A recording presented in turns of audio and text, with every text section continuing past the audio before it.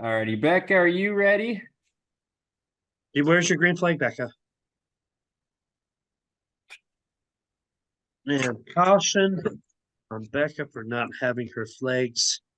I'll give her some grace. She's doing some meaningful work for racing right now. But we're not going to race this weekend How do you know? because it's 94% chance of rain on Friday. That means there's a 6% chance there won't rain. Okay.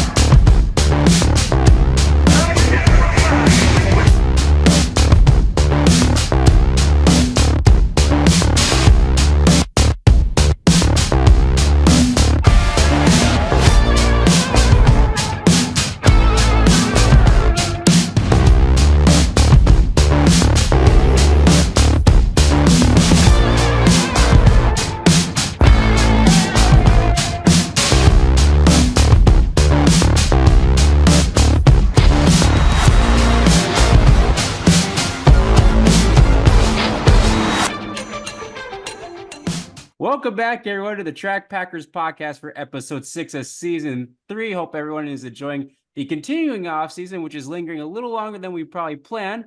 But we're back with another fun episode with myself, Mason, and the Pelkeys, Becca and Jessup. We're missing our good friend John Brecka, who's out in Las Vegas, making sure that the scoring pylon is staying well put and in place. We want to thank our presenting sponsor, Hitch Harness and Tyler Hall out of Fertile, Minnesota. Be sure to go over to hitchharness.com and check out all the products that he has on there. Of course, the Hitch Harness is the signature product focused on efficient and safe storage for receiver hitches in the back of the truck. You can also find several other items, including chassis dollies, pull bar brackets, and even customize your hitch harness for your needs. And so thank you once again, Tyler, for supporting us on the podcast, and hope to see you on a racetrack soon. If this is your first time, or if you're a frequent listener, be sure to give us a like and share. We'd greatly appreciate it. It helps grow our platform. It helps reach more people. If you're a listener, Spotify, Google, and Apple is where you can find us. And be sure to give us a 5-star review on either platform and even a written review so that one day Mr. Jessup Pelkey will get to read it on the air. We're still looking for that first one. With our lineup this week, because we had a massive shift and we had a lot of cautions last episode, the lineup goes like this. Miss Becca Pelkey's back on the pole after a brief stint away from the pole, followed by myself, Mason, and Jessup. So, Becca, how are you doing this week? Why am I in the rear? You Becca actually didn't had even 2 bring her cautions last flags. week. Yeah, but Becca doesn't have flags this week. I'm at the racetrack. I'm actually What do you find at the opening up. racetrack? Huh? Things we find at the racetrack. Well, I'm in the Flags. tower, those are locked away in the infield. I'm in the scoring tower getting ready, all the technology ready for the upcoming weekend. The Van and Meltdown is scheduled for this Friday and Saturday, April 26th and 27th. So I'm currently at Dakota Speedway. Track is right there. It is a beautiful, beautiful evening out at the track. We got some brand new technology this year. We got 3 brand new scoring laptops for our volunteers up here in the tower. So I am currently getting them set up and different softwares downloaded that we need to use on Friday nights or racing nights. We also have a brand new Wi-Fi system here at the racetrack. Apparently over the off season, we got fiber optic internet, so everything has changed. So I'm trying to get everything that is wireless or Bluetooth capability on the Wi-Fi. I know, right? And so I'm trying to get that figured out. I think I figured out our printing issues from last year, so I'm pretty excited about that. We shouldn't have any printing issues in the tower. And then the big thing, the big stressor in my life right now is with the new computers that we have, I have to download orbits to the new computer and then transfer the database of drivers and their transponder numbers from the old computer into this new computer. So I'm kind of nervous about that because I've never done that. And then on top of that, I mentioned it on last week's podcast, but again, if there's any timing and scoring folks or track promoters watching or listening to the podcast, there is an updates for orbits. So you don't want to be caught with that little surprise on opening night. So be sure to check out that scoring update. And there's an update for the decoder boxes themselves as well. So I still need to do that, but it's also pretty late in the evening now. I got most of the wireless internet issues figured out, but I'll probably be out here at the track tomorrow. And I'm sure Jessup's going to want to come out sometime this week to figure out the DSTV setup, since he's got some new toys to play with this year. So I'm sure I'll be out on the track or back here at the track later this week. And then hopefully, fingers crossed, we'll be racing Friday and Saturday. So busy week for me here at the track, but it feels like racing season. And race fans, you just got a glimpse of what life is like at the racetrack with Becca, constantly doing all sorts of different things on any given night. And Jessup, you got a guest with you now. Yes, we got Sir Jeffrey Gordy Ramsey Pelkey with us, and he is our new advertising animal. Yes, if you're looking for any advertising on any four-legged creature that graces the presence of the Track Packers, be sure to reach out to us and we'll get you hooked up. But how are you doing, sir? Oh, I'm ready for the school year to be done and not have to deal with the kids for at least a couple months. I'm sure some days or most days there are probably a bit of a handful. Oh, it's an adventure. Well, hopefully the last few weeks go a little bit smoother than what they have been over the last several weeks. I'm doing good myself. I took advantage of the extra week to prepare for the racing season. I may have a little bit extra time. We'll kind of see what the weather does this upcoming weekend, getting ready for a couple of testing tunes, hopefully, and see some more of the racing family that I haven't seen yet. And yeah, the weather's great today. It's great over here in Fargo, and hopefully it stays that way for race day. That's been the main issue, is having the good weather on race days instead of during the rest of the week. So hopefully racing can take place soon for us. And so episode 6 of season 3. Since it's just us three, we can jump right into it and kick it off with who or what are we repping. And Miss Becca, since you were on the poll, you could start. All right, so I pulled out something I've already worn on the podcast, but that's okay. I needed something to be comfortable when I came out to the track here this evening, so I grabbed my super soft and super warm and comfortable Zachary Madrid hoodie. I picked this up on the Dakota Classic Modified Tour last year. I think he's got a similar style for this year, but in black and white. But this is his blue and neon yellow design that he had on tour with him as well last year. But him and his beautiful new bride, newly married, congratulations to them, also moved to Iowa. So they made the haul from Arizona to Iowa, and I think we'll be seeing Zach Madrid doing a little bit more racing with more opportunities to race in Iowa. And I would imagine he'll probably be back on the Dakota Classic Modified Tour. Fingers crossed this year. He was your runner-up in the stock car division last year. So, and a former champion of the Dakota Classic Modified Tour. So we'll hope to see him back on the Dakota Classic Modified Tour later this summer. But this week I'm wearing Zach Madrid. Good shirt to wear. Yeah, it's awesome. Awesome to see him move up to Iowa and get a lot more racing in. Of course, he raced a lot before that, but of course now he has all access to all sorts of different tracks throughout the summer. So it'll be interesting to see where all he goes throughout the summer.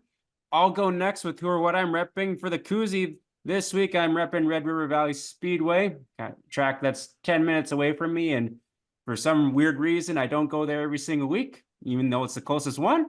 But excited to get out there. They have a test and tune this week, which we'll probably touch on a little bit later, so hopefully we can get out to the track this week and see some of the familiar Fargo faces. One of the hats that I rep for the Fargo area, Landon Matz, 22M. He's an IMCA Sport Mod driver. He always has purple in his car, so love the purple hat. And then for the shirt, it is Jake Nelson, the 10J. He now drives an IMCA Modified out of Williston. Always has some pink in his car, and last year was his rookie season in the IMCA Modified, so it was cool to see him make the jump into that class, and he was pretty competitive last year. Didn't grab a feature win yet, but was running up in the front for several events. He's been kind of traveling, being a pit guy for several people throughout the early season down in Florida. I think he was with Troy Girolamo and gosh, I wish I remembered like the drivers that he was kind of helping out, but he's been traveling all sorts of places to start the year and hasn't been behind the wheel yet, but excited to see what he does in the 2024 season, the IMCA Modified. So that is who and what I am repping for episode 6, and that leaves Mr. Jessup Pelkey. Who or what are you repping? I'm just repping an IMCA TV hoodie. And hold on 1 second. I got something popping up. There we go. Get rid of that. All right. As I have an earthquake on the screen. I'm just representing an old IMCA TV hoodie, mainly because it needs to get warm from time to time, and Dakota Speedway TV falls under the IMCA TV umbrella, as we are affiliates with each other. And yeah, that's what I'm wearing. Nice. And for the race fans and people that watch or listen to this podcast don't know, Jessup and I sort of met through IMCA TV in a sense. Yep. We worked together on some of the live broadcasts at the Dakota Classic Modified Tour several years back. And so that's how our friendship kind of started, and got to know Jessup a little bit. And we had some nice bonding experience, didn't we? Well, we almost died. And then Mason took off. And then I had to clean up after Mason. That was the 2016 Dakota Classic Modified Tour, and that's actually the tour I met Jessup. That was the same day we met. I met Mason and I met Becca. And it was 115 degrees. It was humid, so sticky, sweaty, humid. And so it's no surprise that a storm popped up during the modified B mains, I believe it was. Yep. And Mason and Jessup were both on the scissor lift. It was so incredibly windy that the scissor lift was just teetering back and forth against the grandstands. And there was one really, I think it teetered a little bit too far for your guys' comfort, that you guys were like, all right, we're done. They turned off the camera. And as they turned off the camera, that was when Mike Hansen, I think he was your leader in that IMCA B main. He scraped the wall on the front stretch at Jamestown and rolled into corners 1 and 2. And so we never got that on camera, unfortunately. But thankfully, more importantly, Mike Hansen was okay after that rollover, but his car was not. But yeah, that was the year, and that was the day and the tour that we all met. More thankfully, Mason and I survived. Yeah, Oh, I will say, comfort zone wise, my limit had been reached well before that incident happened. Yep. Well, you don't like it in the first place. There was a light breeze that ruffled Mason's back hair, his hair on the back of his head, and he was like, "Ooh, this is too much." And I said, "No, Mason, we have to at least keep trying." And Mason was like, "We need to go down." And I was like, "No." And about 5 or 6 heats later, that's when the weather really rolled in, and it almost feels like we were almost vertical with the grandstand, and next thing you know, we survived. And Mason and I both agreed it would be a good time to get out of the scissor lift and survive. And the funny part is, we never saw the car that flipped over. No.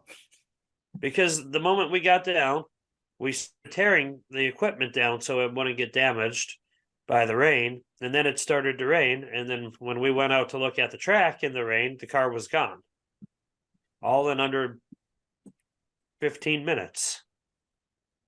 Yep. A lot happened in a short amount of time. And that was definitely an interesting night. I'll definitely put it that way. I think Reba McEntire once sang a song about it. That was the night that the lights went out in Jamestown instead of George. No, Becca. I laughed. I thought it was a good play on words, but I guess not. A for effort. It was. I laughed. I thought that was genuinely funny, and that was good. Well, that's who or what we are repping. Fun to go back down memory lane of the day pretty much all of us met. I think I knew Becca. I'm pretty sure I met you before that. I knew of you, but I never actually personally met and talked to you face to face. So Right. that was the mod tour that all happened. So Yeah, and look at us now. And then Becca was smitten by me.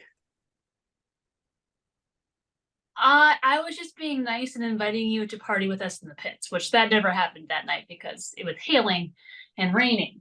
But that was just being nice. I'm just a nice person. You are. Awesome. I Well, like to talk to everyone in the pits. she is very social.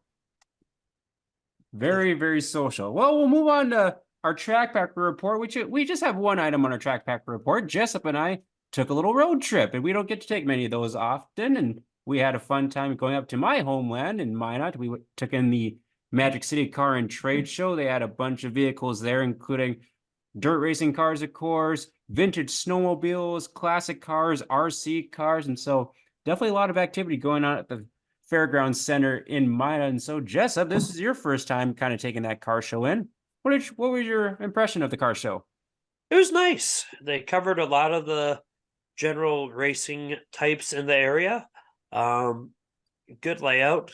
Seemed like everything flowed together pretty well. The RC cars were a nice touch to it, along with the Boy Scouts, Pinewood box racing cars going. That was pretty cool. And yeah, it's cool to see a couple tracks get together, and always fun to see the cars freshly wrapped. And all I can say is there's a lot of sport compacts up north this year.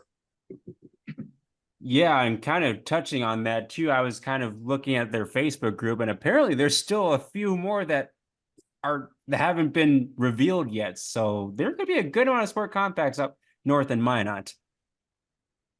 Yep, that's what we gathered there, and it seems like things are going pretty well over there right now.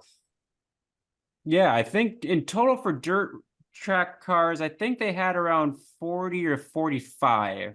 I thought they said 43, but I could be wrong. Yeah. So I mean, there was quite a few cars there, and like usually the way it's set out, it's like they usually take one side of the fairgrounds center, and usually like the Nodak Speedway cars, I'll just call them, are kind of in the front room area, maybe a couple will trickle in the back. But there's like 2 extra sections and rooms, and it was all full of classic cars and race cars, and so they filled it up pretty close to the brim. So definitely a great showing for all the organizations that came together for that car show. And I always love going up to that car show because it's a fun time to see all my friends that I kind of grew up watching, and seeing all what they're up to racing wise. A lot of really nice looking cars too, of course. And so we'll kind of touch on maybe a few of our paint schemes in just a little bit. But yeah, definitely love the car shows. It really gets the excitement going, I think. And kind of similar to the Dakota Speedway car show, it's always a great opportunity to see everyone again and get everyone excited for racing season. Yeah, you talk about the types of car shows that are out there, and I mean, I think there's the mall show styles. It works well. The actual car show, like the Magic City car show, was well laid out, and it serves its purpose well. It covers a couple days, gives an excuse for the drivers and race fans and classic car people to get out and kind of enjoy what they enjoy.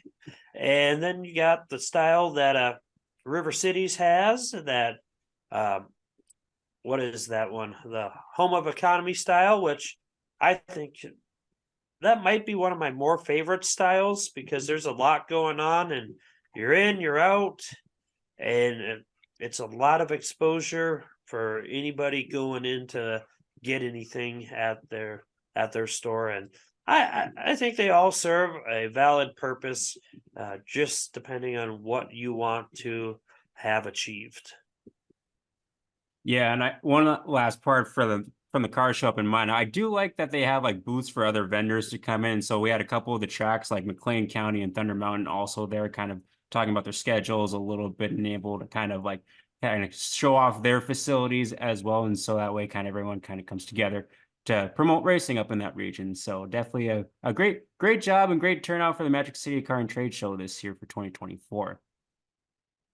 So with that, moving on into the real deal with B1, the latest updates, rumors, schedule releases. Thank you so much, Brody, for supporting us on the podcast.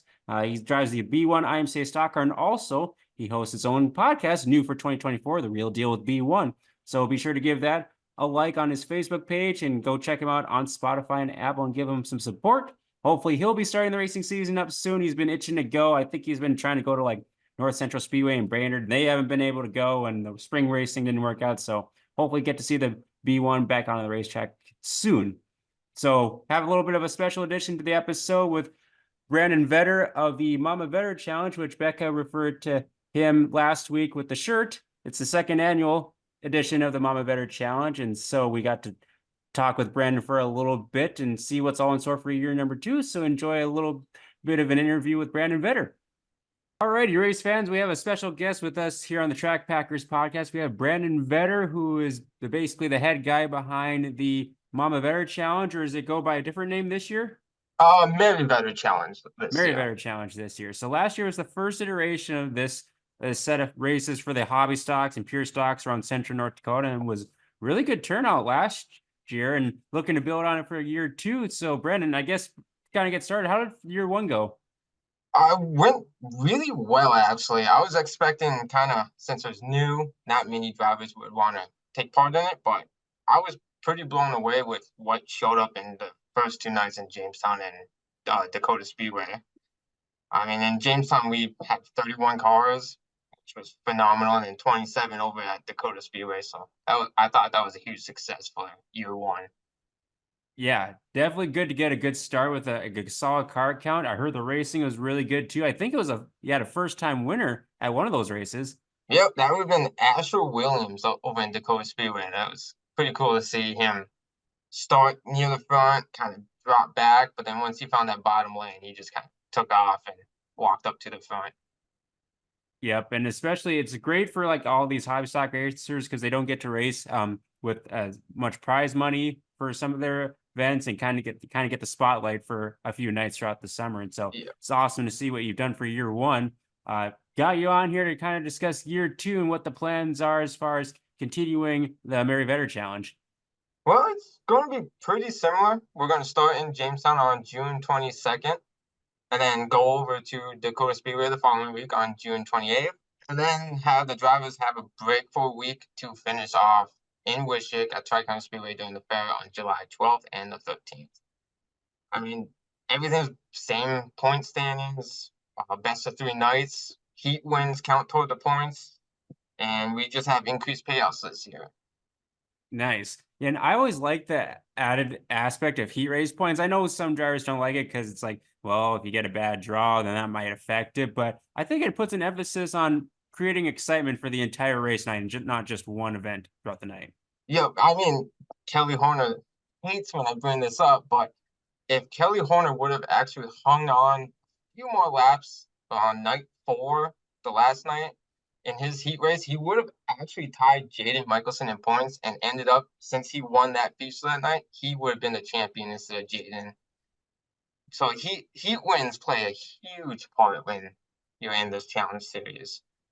Yeah, every point matters, especially there's such great competition in the hobby stock class. And I was just over at Testington and saw a lot of the drivers over there, and they all look pretty sporty. So I'm sure there'll be some stiff competition again this year.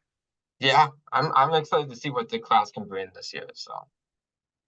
Well, kind of talk about some of like the contingencies and kind of some of the added aspects of the tour, not just the added payout. Well, this year, every single race, the payouts will be 300 to win the feature every single night. Then to start the payout will be the track's first place payout will be second place, and it will just start the track's regular payouts from there. So first place payout for the track would be second place payout from the track would be third place, while the feature winner gets 300 at each track. We increased the heat wins. It is $50 instead of $25 to win each heat win. You attend all 4 nights as a thank you. I pay your entryway in on the final night. For nightly hard charger award, we're keeping it the same as last year. Win Wishick sausage. And then the overall hard charger wins a new tire. And actually added today, I got an anonymous donation saying that they wanted to donate $100 for a tough luck award at the end of the 4 nights. Okay. Awesome. So definitely something to be shooting for no matter where you are in the field, especially. And so I think racers like that. They like that there's, some added bonuses and there's still something they could possibly come away with in case they don't have such a great night at the racetrack. Yeah. Yeah, I was always the back end having bad luck, so it's always nice to have that little incentive. If you had one bad luck, you can still get something at the end of the tour. Absolutely. And we probably should have started with this, but I guess what was the idea behind creating a set of these races for the hobby stock racers, or what was kind of the vision heading into this? Well, in 2022 is when my mom passed away due to non-Hodgkin's lymphoma, and when I started racing in 2012, when me and my brother Brent really got into it, people started finding out that Mary Vedder was our mom, so they started calling her Mama Vedder, and they just kind of like welcomed her so much into the class. And Mama Vedder stuck. I think more people knew her by that name than Mary. So when she passed in 2022, my dad came to me and said, "Hey, should we do something in her honor?" I was like, "Let's double the feature winner at Wishick's racetrack and one night up in Dakota Speedway." And then it was huge success. Some drivers saying like do it again next year. So I was like, well, let's go bigger next year. So I came up with an idea throughout the winter and kind of stumbled upon my own what I thought would be a cool challenge series to do. And then I just kind of put it together and it just came together quickly and drivers seemed to like it. So everything stayed the same. Well, and that's awesome to see a part of like the racing community basically coming together because a lot of these times, like we have ideas like this, and sometimes they just don't get off the ground. But kudos to you and everyone involved to kind of put this together and get something going for the hobby stock racers. And it's been very well received for the first year. So excited to see what it looks like for year two. Yeah, and I gotta give my a huge shout out to all my sponsors of Outlaw Construction, Vedder's Heating and Air, Casement Farms, McQuaid's, Big Screen Grill and Bar, Hook 'em Tackle, CB Accounting, Johnstone Supply, Town and Country, Blue Cross Blue Shield of North Dakota, and Beck Communications. Without them, there's no way this would happen. Yeah, absolutely. The sponsors are a very huge part of this. I'm hoping that this will continue to be a kind of like a main staple across the central North Dakota for years to come. And I think it's off to a great start. Do you have any, kind of getting to you a little bit, do you kind of have any aspirations to get back behind the wheel yourself? None. No, no. I I was the final 3, 4 years of my racing career. I was just kind of I didn't want to work on the car. It got to the point where my wife was working on the car more than I was myself. And I was just like, it's time to quit. So I just kind of hung it up and I still love going to races and love being part of it. And I was figured I want to do something for the drivers that I spent 10 years in this class. So I came up with this challenge series and it's fun watching the drivers compete. So I want to try to keep going as long as I can with this. And say, do you have any goals that you want to reach for this year as far as cars participating or anything down the line that you want to reach as far as goals? Well, last year we had 14 drivers follow at least 3 nights. So it'd be sweet to see that hit 15 to 20 car mark, see if I can get more drivers to follow at least 3 nights of the challenge series. That would be pretty cool to see and give me more hope for the years to come. Yep, absolutely. And I think you mentioned it before. It was like, did they drop their lowest show or do all four shows count? Worst night cancels out.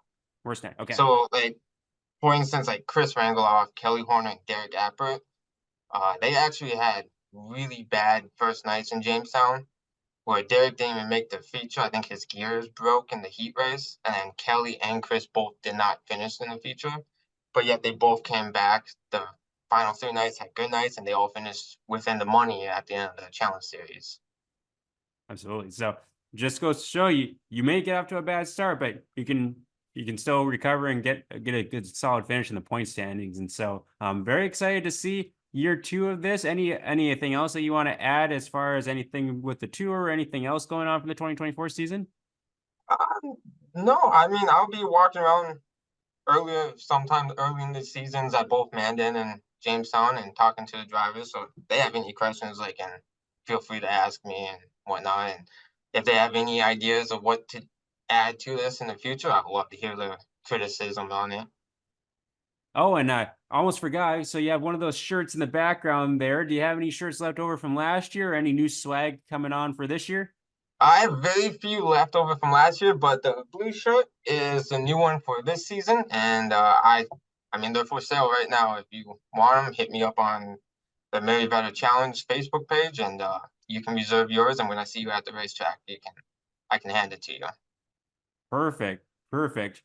Well, appreciate you taking some time out of your schedule to talk about the Merryweather Challenge series taking place for the second year, and looking forward to see it grow and become even bigger. Hopefully. Awesome. Well, thank you, Brandon. Appreciate you again, and looking forward to seeing you at the track soon. Yep, same to you. I'm really excited for the upcoming Merryweather Hobby Stock Challenge. I think the second year will be bigger and better than the first. Sounds like there's going to be more travelers this year, so I'm super pumped about that.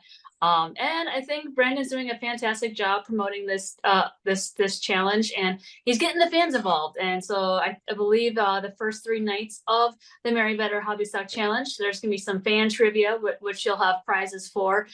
So that'll be at the Jamestown Speedway, Dakota Speedway, and night 1 of the Tri-Counties Fair races. And then on night 2, he'll have a putt-putt challenge for the fans, and whichever fan gets it in the hole or closest to the hole, they'll also get some awesome prizes as well. So I'm super pumped for what Brandon has in store, and I think all the hobby stock drivers, they should go and support the store. So nice job, Brandon.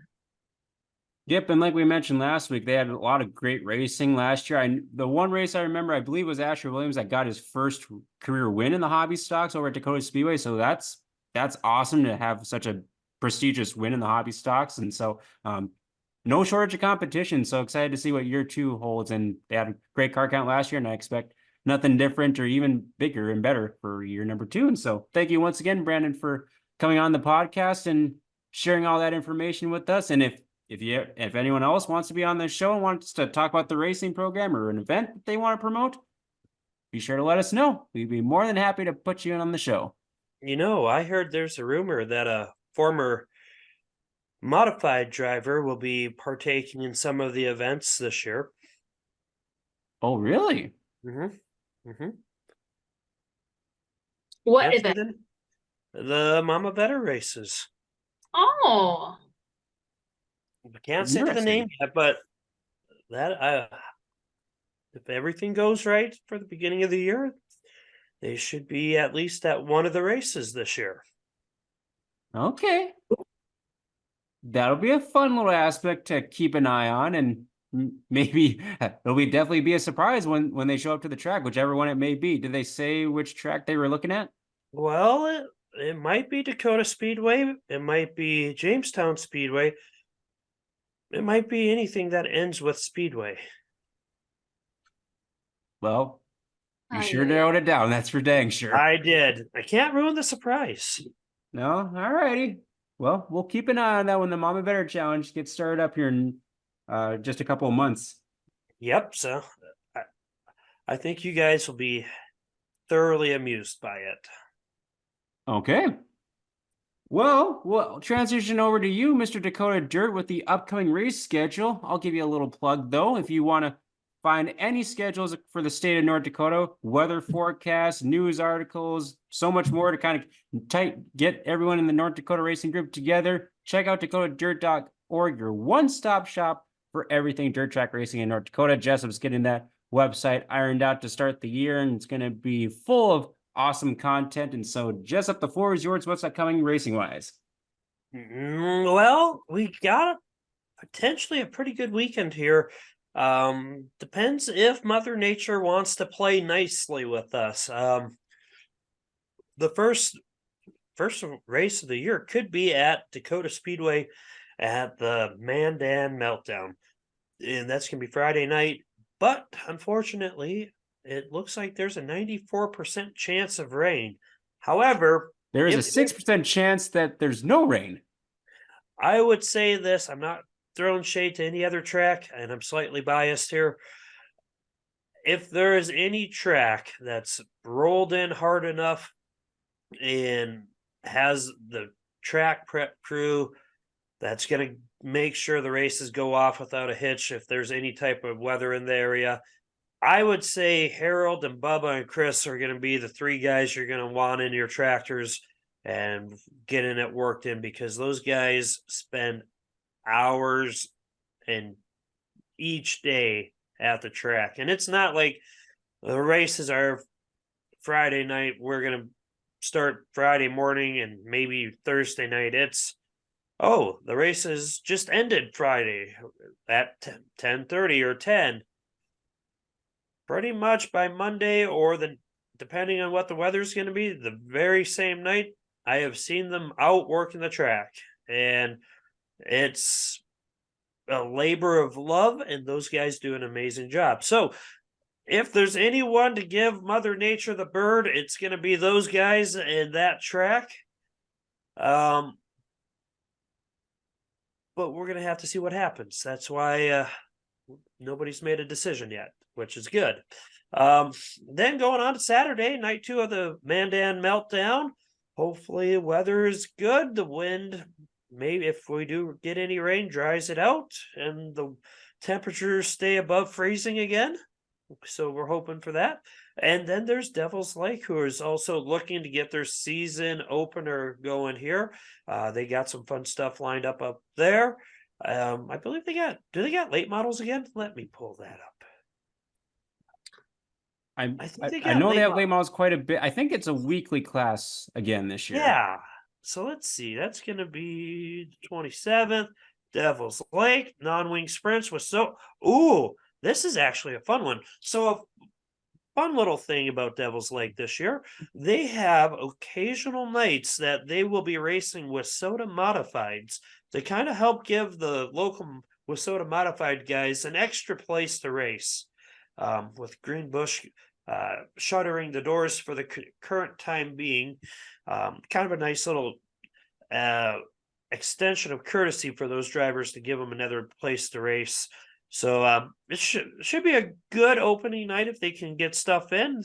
Like I said, racing the Western Renegade non-wing sprints, Wissota modifieds, Wissota Midwest mods, Wissota street stocks, and their pure stock division.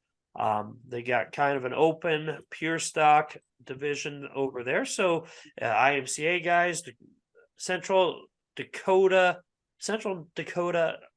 bomber and hobby stock drivers can go over there, along with Wissota pure stocks and other drive classes that fall under the hobby stock and pure stock divisions can race there. So pretty good night if they can get it in there. But again, they will be up against it, as Mother Nature's been pretty mean and cruel so far. So that's what this week's looking for racing locally. Only other thing I see out there is test and tune wise, it's going to be Thursday night, the Red River Valley Speedway, starting at 6 p.m. going to 9 p.m. All classes are welcomed, and race savers are mandatory for all cars. Other information there is going to be $50 per car. Pit crew and grandstands are free. Oh, that's kind of a nice deal. Good on them. Then, yeah. Oh, and then Nodak's going to be doing a test and tune on Sunday as well. And that, I believe, starts at noon. I might be mistaken there. I think you're correct on that. That's when it typically starts for their test and tune anyway. So yeah, that's what I thought. I just don't want to be giving out poor information. And yeah, let's go with noon, as everything right now is looking like it's going to be good to go on that day. Hopefully weather goes good for them as well. But that's about it, Mason.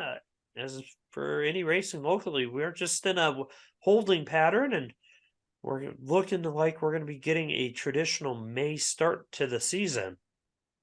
Which honestly isn't all that bad either.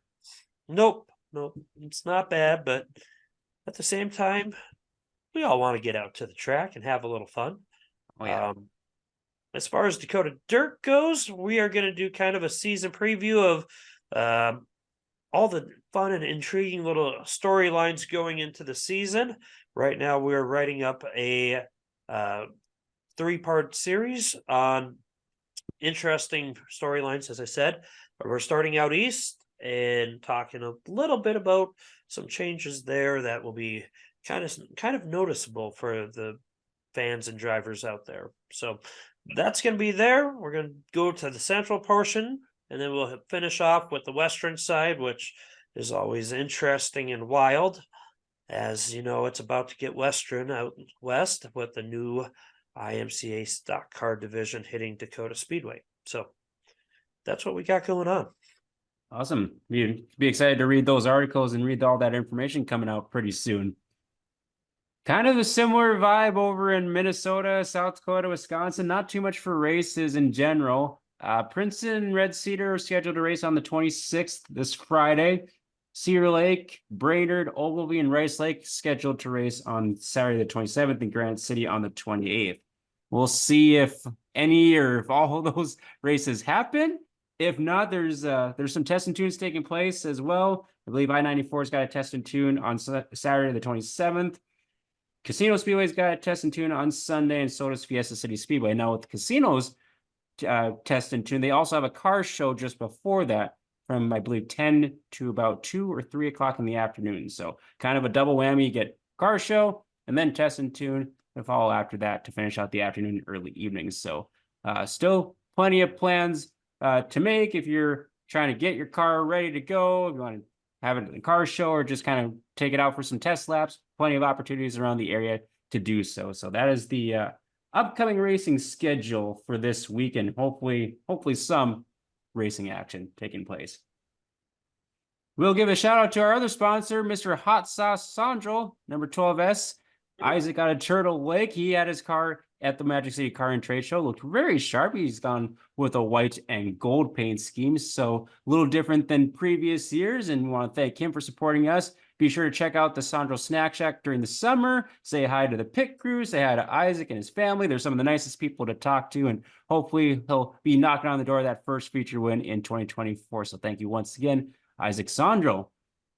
Who's got some latest and greatest paint schemes for us to kind of talk about? Hold that thought.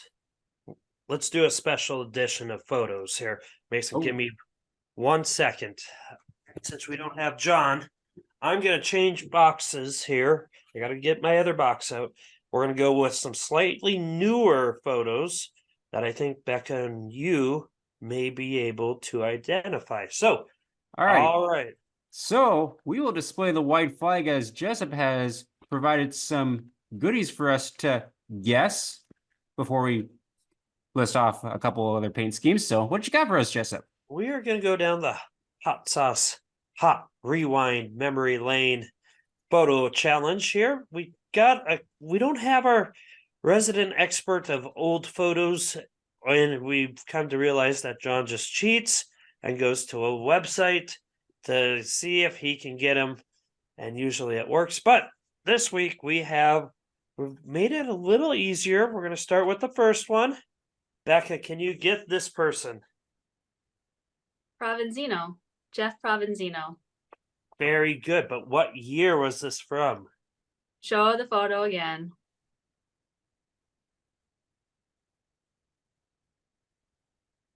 (2010) I don't know. It's too new. Too new? It's too new. We got to go older. I only came into the sport at 2008, so I don't know. You're too young for this. You don't want the smoke. Mason. I was going to guess 08 myself. Wrong. 2004. Oh, okay. That's a really nice looking car for 2004. I know. Die-hard NASCAR fan in 2004. I didn't even know what dirt track racing was. Hold on. These are saying that. Oh, I bet this is not labeled right. 2004. See, you need a day for John to come over and go through and fact check all of those photos.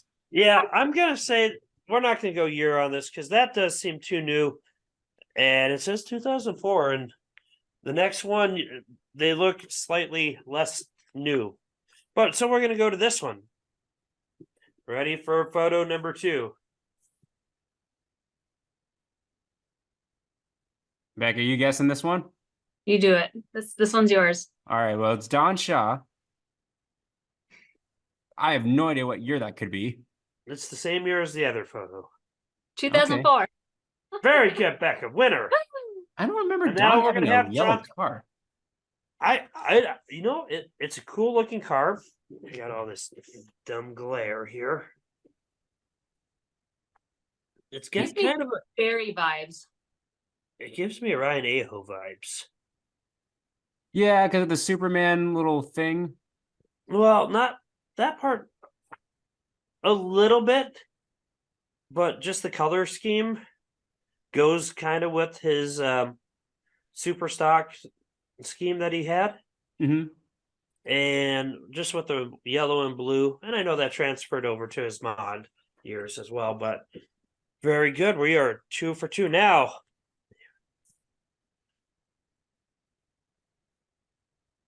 Okay, I think I know this one. Who is it? This is Chad Corbett. You got one part of the name right. Okay, it's a Corbett. Because he showed up to Nodex Speedway. I just don't remember the first name. What Corbett still races in the Ryan? C4? Oh, so Ryan Corbett. It says Ryan Corbett. I don't know. This might be We Chad. better check the Western Wanderer website. I have a hero card of that late model, so I could. It's in my other room, but I'll check it after the episode. But I know it's a Corbett for sure. All right, now we're just gonna go into the freestyle portion here. Uh-oh. Whatever I grab, you have to identify. Becca, Just name as this I wanna go person. home. Cochran. Cochran? Tom Cochran. Corcoran. Thank you. Yep. Sorry, my bad. Never heard of Thomas Cochran. Sorry. That'd be a fun name. The Cockroach, Thomas Cochran. All right, let's go with this one. Mason.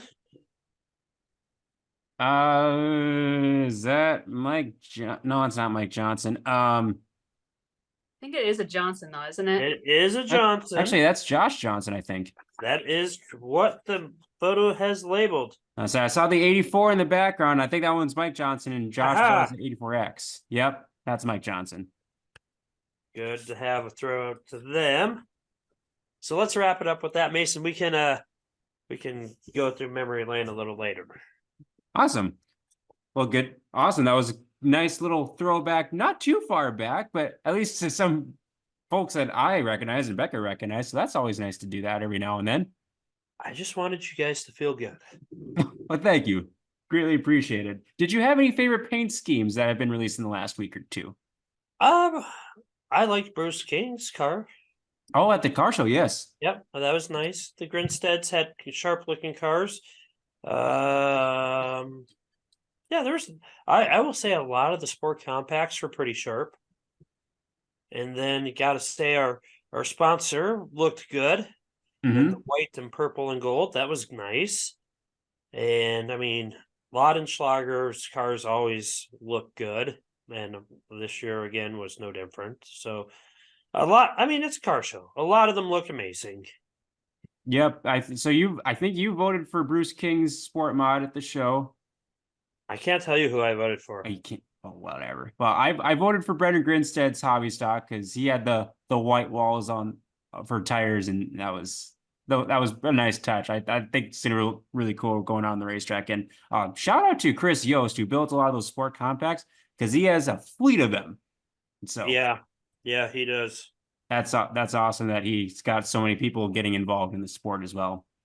Becca, do you have any favorites that stick out over the last week? Also dabbling on the Minot Car Show. I also liked Caitlin Ruby's slingshot. I thought most slingshots are pretty plain, pretty ordinary, but I really liked her paint scheme. Mostly a white and gray base, but it has some beautiful blue and purple tones throughout her paint scheme on that slingshot. Also like Darren Medler's paint scheme for this year, change up from his past couple of years, with primarily white, and then it's got some nice striping of like blue, black, and pink. And then I was a huge fan of Gabe Deshaw's cars. That matching duo with the white, blue, black, and neon yellow look really sharp, and especially when they were lined up next to each other like that, I thought that looked really cool. So those were some of my favorites. A lot of the cars up there looked really nice, though. That was just, I'm just naming a few off the top of my head. So Excellent. Yep, definitely I love going to the car show, and excited to, hopefully I'm going to try to get down to the Casino Speedway car show on Sunday, see some of the cars up close while they look all nice and pretty before they get all wrecked and dirty and all that stuff. And so, well, looking forward to see John next week on our next episode. In the meantime, that'll do it for episode 6 of season 3 for the Track Packers podcast, as we have a late arrival here on the podcast, Miss Malaka joining us, as she's been eating all my flags. But thank you so much for joining us. Be sure to like, share, and comment on our Facebook page and YouTube channel as well. If you're a listener to Spotify, Google, and Apple is where you can find us, to give us a 5-star review. Hopefully the weather cooperates and we have racing this weekend. And if so, we will see you out there packing the track.